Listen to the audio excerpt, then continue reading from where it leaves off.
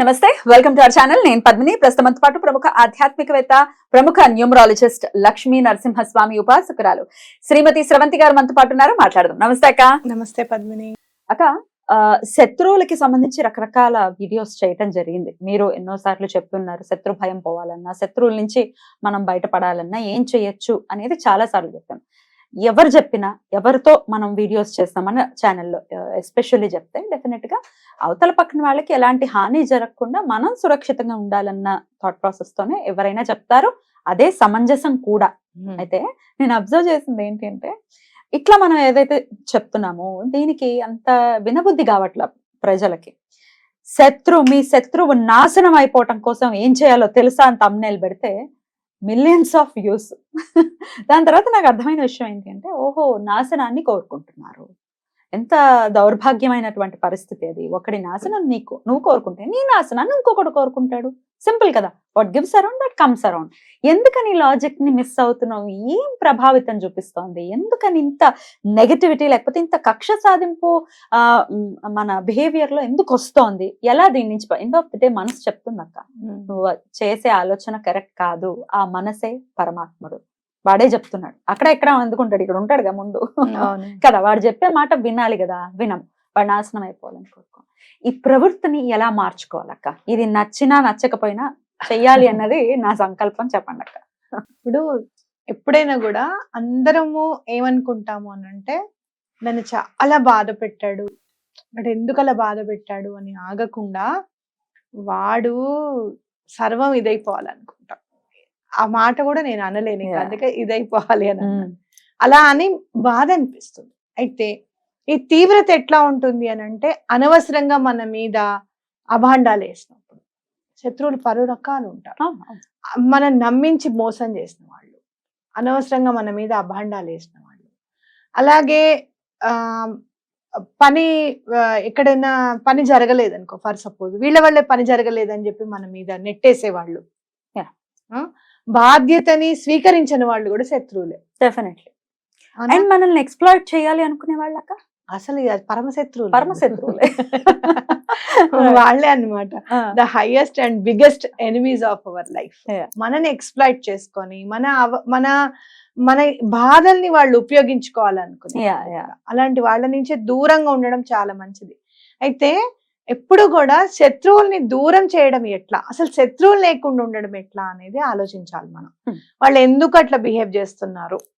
ఇప్పుడు ఎవరైనా for suppose మిమ్మల్ని ఇష్టపడుతున్నారు అనుకో, ఎక్కడైనా ఆఫీస్లో పెళ్లి కాని పిల్లలకి చెప్తున్నాం, వెళ్ళి మీరు నాకు నువ్వంటే ఇష్టం లేదని చెప్పడము భావ్యం కాదు.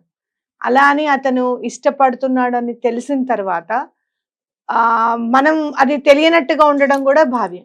మనం ఎలా బిహేవ్ చేయాలి అక్కడ పిల్లలకి చెప్తాను. ఇప్పుడు ఏమాత్రం కూడా అతనంటే ఇష్టం లేదు ఇష్టం ఇలాంటివి ఏవి ఇష్టం లేదు, మీరు తల్లిదండ్రులు చూపించిన సంబంధమో లేకపోతే ఇంకొకళ్ళు ఇష్టపడుతున్నారనో అతనికి ఇండైరెక్ట్ గా చెప్పగలగాలి. ఇప్పుడు మీరు వెళ్ళి డైరెక్ట్ గా చెప్పినా కూడా, ఎవరు చెప్పాడు నువ్వంటే ఇష్టం అని మాకు, నీకు నేనేమైనా చెప్పాను అని చెప్పి ఇబ్బంది పెట్టే సందర్భాలు కూడా ఉంటాయన్నమాట. కాబట్టి ఎప్పుడు కూడా నొప్పించక తానొవ్వక తప్పించుకు తిరుగువాడు ధన్యుడు సుమతి. ఊరికే మనకేం నేర్పిలేదు ఇవన్నీ కూడా. అంటే ఎక్కడ కూడా వాళ్ళు హర్ట్ అవ్వకూడదు, ముందు మనము హర్ట్ అవ్వకుండా ఎలా చూడాలి అనేది నేర్చుకోవాలి. లౌక్యం అవసరం. ఈ లౌక్యం అనేది ఇప్పుడు ఈ బుక్కుల్లో కూరుకుపోయింది. అంటే ఎంపీసీలు, బైపీసీలు, ఎంసెట్లు, ఐఐటీలు, నీట్లలో ఇది మొత్తం అతకబెట్టేసాం అనమాట. దాని గురించి మనం పిల్లలకి అసలు నేర్పించట్లా. లౌక్యం, లేటరల్ థింకింగ్, లేకపోతే సోషల్ ఇంటెలిజెన్స్, ఎమోషనల్ ఇంటెలిజెన్స్, ఇవన్నీ ఏవి లేవు ఇప్పుడు. పూర్వం ఎట్లా వచ్చేవి? కథలు చెప్తుంటే వచ్చేవి, అందరూ కలిసి ఉండటం అవి వచ్చేవి. ఒక్కొక్కసారి మూవీస్ వల్ల కూడా నేర్చుకునేవాళ్ళం. మాయా బజార్ చూడు, లేదు అంటే గనక మిస్ అమ్మ చూపిస్తాను, ఇట్లాంటివి కూడా చూసేవాళ్ళం అనమాట. కాబట్టి ఎప్పుడు కూడా ఒక్కటి మాత్రం ఆలోచించాల్సిన విషయం ఏంటి అని అంటే, మనకి ఎవరున్నారు శత్రువులు, అసలు ఎందుకు ఆ శత్రుత్వం అనేది మనకి ఏర్పడింది అనేది చూసుకొని సార్ట్ అవుట్ చేసుకోవాలి. మీకు మంచి చాలా ఈజీ మెథడ్ నేను చెప్తున్నాను.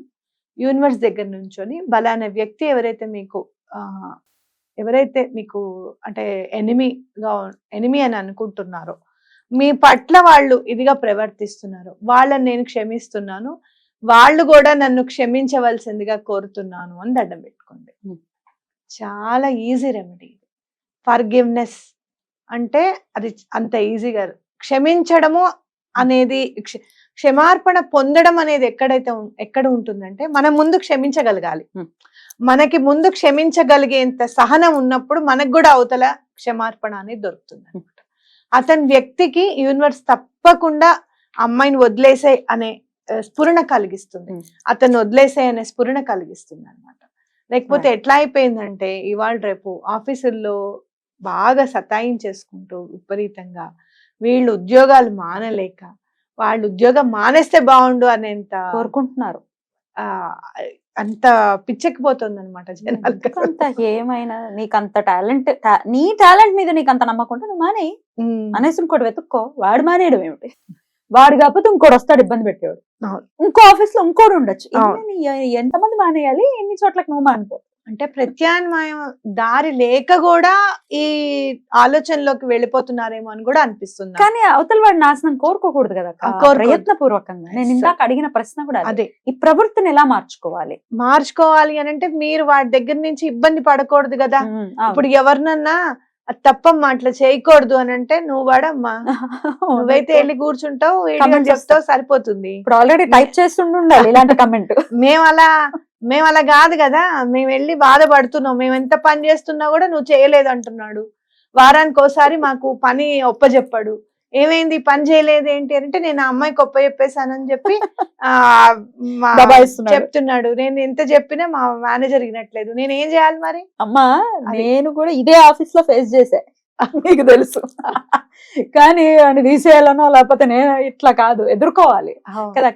కొన్ని పరిస్థితి భలే ఫన్నీ థింగ్ అది. ఇప్పుడు ఫన్నీ, అప్పుడు చాలా స్ట్రెస్ఫుల్ గా. ఇట్లా వదిలేసే పద్మిని అని అన్నప్పుడు అనిపిస్తుందా ఎప్పుడన్నా? ఏం వదిలేసేది మీకు తెలుస్తే మనం అదుటివాడు బాధపడుతున్న వాడికి తెలుస్తుంది బాధ అని ఖచ్చితంగా ఉంటుంది అనిపిస్తుంది. మీరు ఏం చేస్తారు అని అంటే ఎవరైతే మిమ్మల్ని ఇబ్బంది పెడుతున్నారో అతనికి సారీ చెప్పండి. నన్ను ఎందుకు నువ్వు ఇబ్బంది పెడుతున్నావు నాకైతే తెలియదు, ఐఎమ్ సారీ. అంటే ఫేస్ టు ఫేస్ యూనివర్స్ కి దండం పెట్టుకొని ఐఎమ్ సారీ. ఎటువంటి ఫేస్ టు ఫేస్ ఏం చెప్పలేం పద్మిని ఈ రోజుల్లో ఉంది కదా. ఇగోని కాదు, అవతల వాడు కూడా యాక్సెప్ట్ చేయాలి కదా. నిన్ను నేనేమి ఇబ్బంది పెడుతున్నాను పని చేయమంటుంటే ఇబ్బందా? అయితే మానే మరి. అవన్నీ నీకు స్కూల్ నుంచి పిల్లవాడు తొందరగా